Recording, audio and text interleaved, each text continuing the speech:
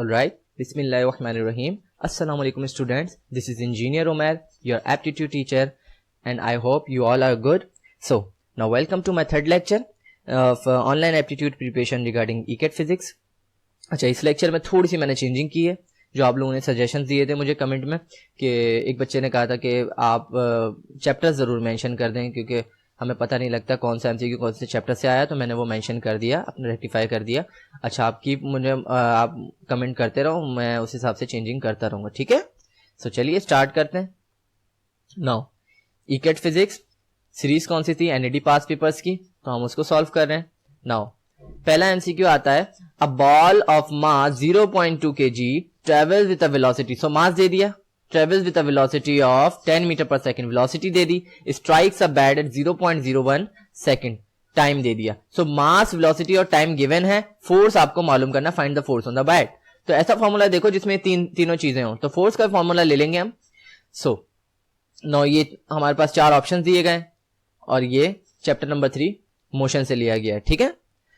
अच्छा, अब मुझे बताओ, अगर आप लोगों को ये सवाल आता है तो सॉल्व करके फौरन से कमेंट में मुझे बता दो इसका आंसर. मैं थोड़ी देर के लिए रुक जाता हूं या वीडियो को पॉज करो और आंसर लिख दो जल्दी से, और अगर नहीं आता तो फिर आगे प्रोसीड करो. नाउ बॉल और बैट की कंडीशन ले ली मैंने. अब देखो बॉल का इनिशियल मास कितना बोलता है? 0.2 kg. इनिशियल मास क्या? वही मास. सो 0.2 kg मास है. अब ये क्या करता है? Travels with a velocity of 10 metre per second. Initial velocity हो गई 10 metre per second. As it hits the bat, इसकी वेलोसिटी कितनी हो गई? The VF will be 0. ठीक है. टाइम कितना लगा इन सब में? 0.01 second. Now find the force. बहुत फास्ट बॉलर था ये. Find the force on the bat. अब बैट पे जो फोर्स लगी उसको मालूम करो. तो मैं एक कंडीशन ले लेता हूं. नाउ मुझे पता है F इक्वल्स टू ma, है ना. फोर्स के लिए तो यही फॉर्मूला यूज होता है. एक्सीलरेशन यहां पे दिया नहीं हुआ, तो फिर क्या करें? एक्सीलरेशन मुझे पता है, the rate of change of velocity is known as acceleration. So मैं पुट कर देता हूं, it will be delta V upon T. Delta T क्यों लिखा? क्योंकि इनिशियल 0 था, तो उसके बाद 0.01 हुआ तो वो मिलकर टी बन जाता है. नाउ अच्छा, इसका सिंपल फॉर्मूला ये भी हो सकता था, F equals to mv upon T. Since क्योंकि फाइनल तो 0 ही है तो वो तो इफेक्ट करेगा नहीं, तो mv अपॉन टी भी पुट कर सकते हो.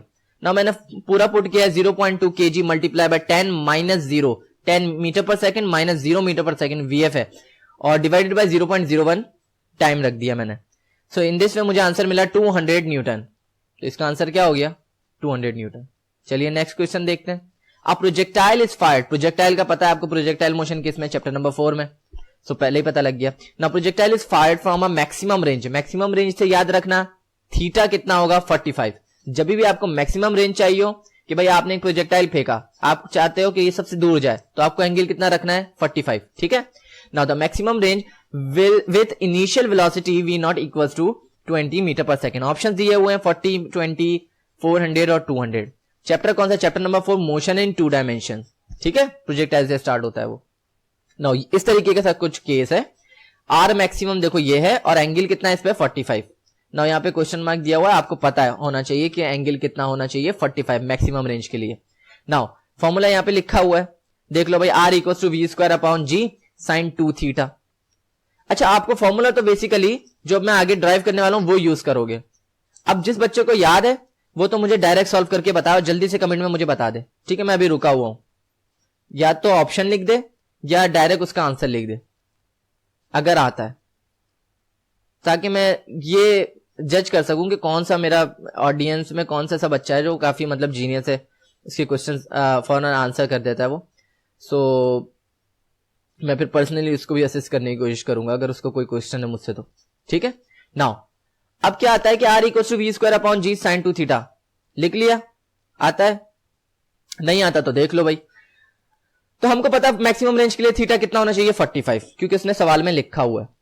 45 पुट किया तो 45 मल्टीप्लाई बाय 2, क्योंकि साइन 2 थीटा है तो मल्टीप्लाई बाय 2 किया, it will be 90. And sine 90 की वैल्यू पता है हमें, विल बी 1. साइन 90 हमेशा 1 के बराबर होता है. मल्टीप्लाई करूंगा तो कितना हो जाएगा? V square upon G. R max क्यों लिखा? क्योंकि थीटा क्या रखा था? 45. तो बेसिकली ये फॉर्मूला है जो आपकी याद करने का है कि आपको हमेशा मैक्सिमम रेंज के लिए इस फॉर्मूले को यूज करना है. अगर याद ना रहे तो बेटा 45 तो बता दिया मैंने आपको. नाउ जब पुट करूंगा वैल्यू तो वेलोसिटी की जगह 20 का square will be 400 divided by 10. G की वैल्यू 10 इसलिए ली for the ease of solution. Now जब इसको डिवाइड करेंगे 400 डिवाइड बाय 10 विल बी 40, तो आंसर कितना हो जाएगा हमारे पास 40 मीटर। ठीक है, चलिए नेक्स्ट देखते हैं। The rate of change of angular momentum is called. So ये क्वेश्चन ऐसा है कि अक्सर बच्चे कंफ्यूज होते हैं और अक्सर बच्चों को आंसर पता भी नहीं होता। अगर तुम्हें पता है तो बता दो भाई, क्योंकि मेरा ये ख्याल है कि अक्सर बच्चों को इसका नहीं पता होता। So force, centripetal force, torque, centripetal acceleration, बता दो इनमें से कौन सा है। चैप्टर नंबर 5 इक्विलिब्रियम से लिया गया, इतना बता दिया मैंने तुम्हें, लिख दिया। चलो अब जिन बच्चों को नहीं पता, जो कि मेजॉरिटी में मानता हूं, तो उनको मैं बता देता हूं और उनको मैं बहुत ज्यादा थोड़ा सा डिटेल में लेके जाऊंगा, ताकि एक सवाल और भी बन सकता था इसका जैसा, तो उसका आंसर भी इसमें मौजूद है, उसका आंसर थोड़ा डिफरेंट होगा, तो मैं वो भी बता देता हूं। तो उससे ये होगा कि कोई भी केस आ जाए आपको आसानी होगी। Now F equals to ma, हमें पता है फोर्स जो बराबर होती है मास इनटू एक्सीलरेशन की। अब मैं एक्सीलरेशन को कर देता हूं rate of change of velocity, delta we upon delta T. अब देखो मुझे पता है कि जो ऊपर वाला पोर्शन खाली देखो m delta V, M V बराबर होता है किसके, p के हमारे पास लीनियर मोमेंटम, एंगुलर मोमेंटम नहीं, लीनियर मोमेंटम, जो law of conservation of momentum में पढ़ा था। सो एम वी के बराबर, एम वी किसके बराबर होता है, लीनियर मोमेंटम। तो डेल्टा अगर आ जाएगा तो it will be delta P, यानी कि चेंज ऑफ लीनियर मोमेंटम। सो यहां पे हमारे पास क्या आ गया, डेल्टा पी ऊपर वाला पोर्शन और delta T as it is रहा। तो इससे पता क्या चला कि देखो ये डेल्टा और डेल्टा पी, अब यहां पे याद रखना कि जो डेल्टा अपॉन डेल्टा टी होता है ना, इसको हम इंग्लिश में कहते हैं रेट ऑफ चेंज ऑफ, क्या बोलते हैं, रेट ऑफ चेंज ऑफ। अगर यहां पे वेलोसिटी आ जाता है तो बोलते हैं rate of change of velocity, अगर यहां पे एस यानी कि डिस्प्लेसमेंट आ जाता है तो rate of change of displacement बोल देते हैं। तो बेसिकली ये क्या बना, rate of change of linear momentum is equal to force. तो बेटा जब आ जाए rate of change of linear momentum, angular नहीं, linear momentum, then it is called as force. तो इसको हम फोर्स कहेंगे, तो इसका आंसर फोर्स होगा। ऐसे आ सकता था सवाल, लेकिन इसमें बोला एंगुलर मोमेंटम। तो देखो यही वाली कंडीशन ले लेता हूं मैंने ये कंडीशन ले ली। अब इसकी बोथ साइड पे मैं आर मल्टीप्लाई कर देता हूं। आर क्यों कर रहा हूं, क्योंकि मुझे पता है एंगुलर मोमेंटम किसके बराबर होता है। देखो आर इंटू एफ तो हमें पता है टॉर्क, क्योंकि force into momentum will be torque. तो एक साइड पे तो हो गया यहां पर टॉर्क, जबकि ये वाली चीज जो है delta P multiply by R, हमें पता है ये एंगुलर मोमेंटम का फॉर्मूला होता है, L equals to delta P, delta छोड़ दो आप, P मल्टीप्लाई बाय आर, तो डेल्टा से मल्टीप्लाई होगा, it will be delta L। So in this way यहां पे हमारे पास क्या बन गया, torque equals to delta L over delta T. Delta over delta T तो हमें पता है रेट ऑफ चेंज ऑफ, जबकि L क्या हो गया, angular momentum. So rate of change of angular momentum will be torque. तो इसका आंसर क्या हुआ हमारे पास, टॉर्क। ठीक है, तो याद रहे अब कि अगर rate of change of linear momentum हो तो force, rate of change of angular momentum हो तो it will B torque. Now next question देखते हैं। If the earth radius become twice, बहुत आसान सवाल है, हर बच्चा कर सकता है, करके दिखाओ अगर आता है तो। ठीक है, डायरेक्ट मुझे ऑप्शन लिख दो, कोई ऐसा मसला नहीं है। Now the earth radius becomes twice, अगर रेडियस को डबल कर दें तो जी की वैल्यू पे क्या फर्क पड़ेगा भाई, G will be 1/4, G will be 4th time, G will be half और डबल और ट्वाइस। तो चैप्टर नंबर 6 ग्रेविटेशन से लिया गया ये, तो देख लेते हैं इसको। Now G equals to G M E over R E square, सब बच्चों को पता है, बहुत अच्छा सा है, क्योंकि मैट्रिक में भी पढ़ा हमने और फर्स्ट ईयर में भी पढ़ा। नाउ अब देखो मैं इक्वल्स G और एम ई को मान लेता हूं कांस्टेंट, और इक्वल्स टू और कांस्टेंट हटता है तो आता है प्रोपोर्शनैलिटी का निशान, मर्जी है डालो नहीं डालो। तो देखो कुछ ऐसा रिलेशन बना कि भाई G जो है वो inversely proportional to the square of distance, यानी कि अगर R को मैं हाफ करूं तो G डबल हो जाएगा, ऐसा है कुछ भाई, देखते हैं।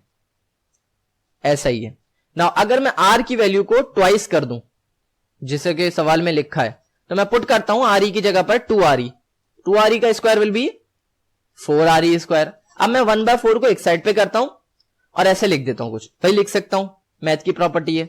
तो देखो गौर से देखो, यहां पर 1/RE स्क्वायर किसके बराबर था, G के, तो इस पूरी की जगह मैं क्या लिख सकता हूं, G। तो ये क्या हो जाएगा, G is proportional to 1/4 of G। तो इसका आंसर क्या हो गया, G/4 और 1/4 ऑफ G। ठीक है, नाउ अच्छा इसको डायरेक्ट भी कर सकते थे, इतना कोई इश्यू नहीं था, आप बस यहीं तक स्टेप करते और डायरेक्ट बता सकते हो कि भाई आर ई की वैल्यू ट्वाइस होगी तो ये 1/4 होगी, अगर आर ई की वैल्यू हाफ होगी तो ये कितना हो जाएगा 4 टाइम्स, 4 टाइम्स हो जाएगा, कितना हो जाएगा करके देखो 4 टाइम्स, ठीक है।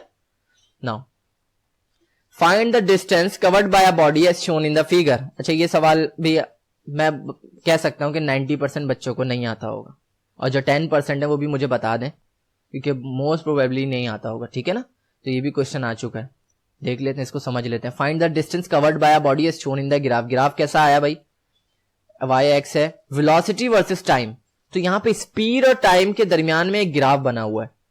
अब क्या हुआ कि इसमें कुछ ऐसा ग्राफ बना दिया, आज तक नहीं देखा हमने ऐसा ग्राफ। भाई इसने बोल दिया कि भाई इसकी ऊंचाई कितना है 10 units on the Y axis, जबकि इसकी विड्थ कितनी है 5 units on the X axis, यानी कि टाइम फ्रेम में। इसने ऑप्शंस दे रखे हैं आपको 20, 25, 30, 35 मीटर। अब आप बोलो इसमें मैं डिस्टेंस कैसे निकालूं, तो बेटा चैप्टर नंबर 3 का मोशन का ये क्वेश्चन है। देखो बिल्कुल आसान सी चीज है, बस इसको ये याद रखना है तुम्हें। देखो the area under the speed time graph, इसको याद कर लो। स्पीड टाइप ग्राफ जब भी आए तो उसके अंदर का एरिया जो है उसको हम डिस्टेंस कहते हैं। देखो ये वाला एरिया, इसको कहते हैं area under the curve. So area under the speed time graph is the distance. So distance बराबर हो गया एरिया के। कौन सा एरिया, इसकी शेप देखो कैसा ट्राइंगल जैसा, तो ट्राइंगल के एरिया का फॉर्मूला होता है half B H, half base into height, याद रखना हाफ बेस इंटू हाइट, तो ये एरिया का फॉर्मूला होता है। नाउ हाफ बेस कितनी है बेटा इसकी 5 यूनिट्स, जबकि हाइट कितनी है 10 यूनिट्स। मल्टीप्लाई करो आंसर आएगा 10 से 2 कैंसिल होगा, 5 हो जाएगा, 5 5 जा 25, so it will be 25 metres. तो इसका आंसर क्या हो गया 25। तो इसको एक बार कर लेना जरूर ताकि याद रहे, ठीक है। चलो आगे बढ़ते हैं। जूल सेकंड, ये तो मेरे बच्चों को आता होगा, इसका तो कोई मसला नहीं, कमेंट में बता दो जल्दी से मुझे। Joule second is the unit of power है, प्लैंक्स कांस्टेंट है, एनर्जी है, बोल्ट्जमैन कांस्टेंट है। कौन सा भाई, पावर का यूनिट क्या होता है, chapter number 9 nature of light से लिया गया है। कैसे लिया गया है ये तो मैंने बता दिया ताकि तुम्हें आंसर पता लग जाए। खैर मैं बता दूं, chapter number 9 nature of light से लिया गया है। चलो भाई पावर दी हुई है वॉट, पावर हमें पता है वॉट में, तो आंसर गलत हो गया, तो पहला option cancel. Now energy joule में होती है, ये भी ऑप्शन कैंसिल क्योंकि जूल सेकंड है। नाउ अब फोटोन की एनर्जी देखते हैं। फोटोन की एनर्जी बराबर होती है E equals to H F. क्यों लिया, क्योंकि प्लैंक्स कांस्टेंट की बात करने जा रहा था मैं। So E equals to H F, ये फोटोन्स एनर्जी है। नाउ एनर्जी की यूनिट हो गया जूल, जबकि फ्रीक्वेंसी का होता है हर्ट्स, लेकिन यहां पे हर्ट्स की जरूरत नहीं है, हमें फ्रीक्वेंसी पता है कि the reciprocal of time period is known as frequency, यानी कि 1/t हमारे पास फ्रीक्वेंसी होता है। 1/t या फिर 1/सेकंड लिख दो यूनिट में, तो इसको इस तरीके से लिखा जा सकता है। सेकंड जाएगा अपना लेफ्ट पर, तो ये वहां जाके मल्टीप्लाई हो जाएगा, इट विल बी एच का हो जाएगा हमारे पास, Planck's constant will be joule second. तो इस तरीके से हमें इसकी वैल्यू पता लग गई। तो हमारे पास आंसर क्या हुआ प्लैंक्स कांस्टेंट, क्योंकि जूल सेकंड किसका यूनिट होता है प्लैंक्स कांस्टेंट का, वही एक्सपोनेंट -34 वाली जो वैल्यू है। नाउ आइसोबैरिक प्रोसेस आपको पता है हीट के चैप्टर से लिया गया है, कार्नोट साइकिल वगैरह पढ़ा था, लॉ ऑफ थर्मोडायनेमिक्स, ये सब चीजें।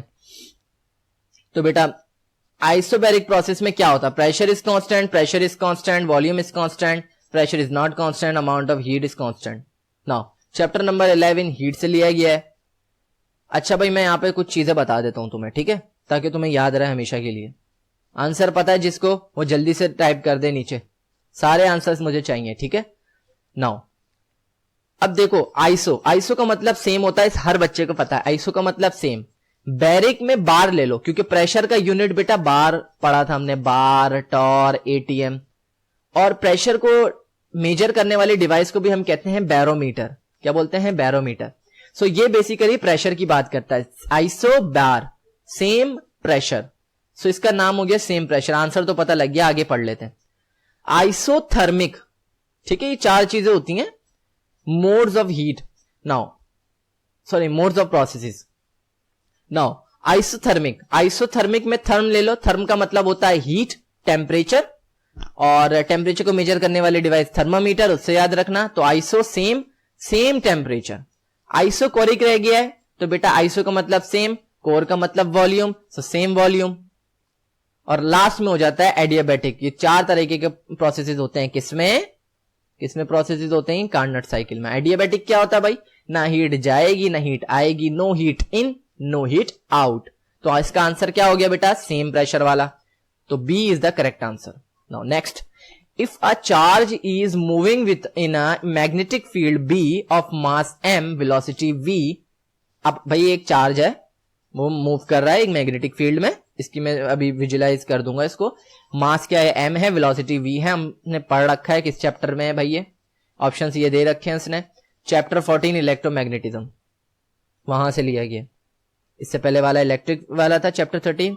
इलेक्ट्रोमैग्नेटिज्म नेक्स्ट चैप्टर है, उसमें ये सब चीजें मैग्नेटिक फील्ड के बारे में डिस्कस की है। नाउ अब देखो कुछ इस तरीके से भाई, ये मैग्नेटिक फील्ड जमी हुई है, उसमें चार्ज है अपने पास, चार्ज फ्लोट कर रहा है एक सर्कुलर पाथ में, मान लो, ठीक है, मैग्नेटिक फील्ड के परपेंडिकुलर है। इसका कोई ना कोई मास है और वेलोसिटी है, बोलता है रेडियस बता दो। तो इसका हमने ड्राइव किया था पूरा, वो याद है बच्चों को? याद है नहीं याद है? मैं दोबारा से एक चीज बता देता हूँ छोटी सी। क्या कि भाई हमें पता है मैग्नेटिक फोर्स जो है वो किसकी रिस्पॉन्सिबल है? सेंट्रीपिटल फोर्स की वजह से भाई, क्योंकि जैसे ये मूव कर रहा होता है। तो magnetic force is supplies with the centripetal force. Magnetic force पता है हमें, charge multiply by velocity into magnetic field, यानी कि ई वी बी। और सेंट्रीपिटल फोर्स तो सबको पता है, एम ए से निकला हुआ है, M V square upon R. Now अब देखो वी स्क्वायर से एक वी यहां से कैंसिल और वी स्क्वायर से ये कैंसिल। तो अब हमने जब आर को उधर ले जाना है, क्योंकि रेडियस चाहिए, तो आर को तनतना कर दो, एक साइड पे अकेला कर दो। जब अकेला कर दोगे ये दोनों चीजें यहां नीचे आ जाएंगी। तो इस तरीके से ये क्या बन जाएगा? R equals to M V upon E B. तो हमारे पास करेक्ट आंसर क्या हुआ? A is the correct answer. ठीक है, आगे बढ़ते हैं। Rectification is a process in which, बहुत आसान सवाल, पिछले वाले में भी था ये, इस पेपर में भी है। रेक्टिफिकेशन भाई डीसी को एसी में कन्वर्ट करता है, एसी को डीसी। एसी डीसी क्या है भाई? Alternating current, direct current. ठीक है, ब्लॉक एसी अलाउज डीसी, भाई ये ऐसा तो कुछ पढ़ा ही नहीं था कि ब्लॉक डीसी और अलाउ एसी। तो दो ऑप्शंस तो ये दोनों कैंसिल हो गए हमारे पास। ऊपर के दो ऑप्शंस में लड़ाई है, तो उन दोनों ऑप्शंस को मैं डिफाइन कर देता हूं। दोनों केस होते हैं, चैप्टर 16 इलेक्ट्रॉनिक्स से लिया गया है भाई। दोनों केस हैं। अगर रेक्टिफायर की बात करते हो तो it is an electrical device that converts alternating current into direct current, जबकि oscillators are the devices of the board convert direct current from a power supply to an alternating current. So ये एक तरीके से opposite है। तो इसके लिए oscillator, इसके लिए रेक्टिफायर। सो फिनोमिना क्या होगा? रेक्टिफिकेशन। तो आंसर हमारा क्या हो गया? बी। नाउ 10th पे आते, the minimum amount of energy required to break the nucleus into its constituent particle. भाई इसका आंसर तो बता दो यार, ये तो बहुत आसान है।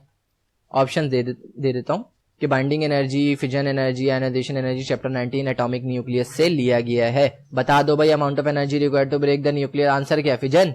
नहीं, देखो the binding energy is the energy required to split the nucleus of an atom into its constituent और component parts, protons and neutrons.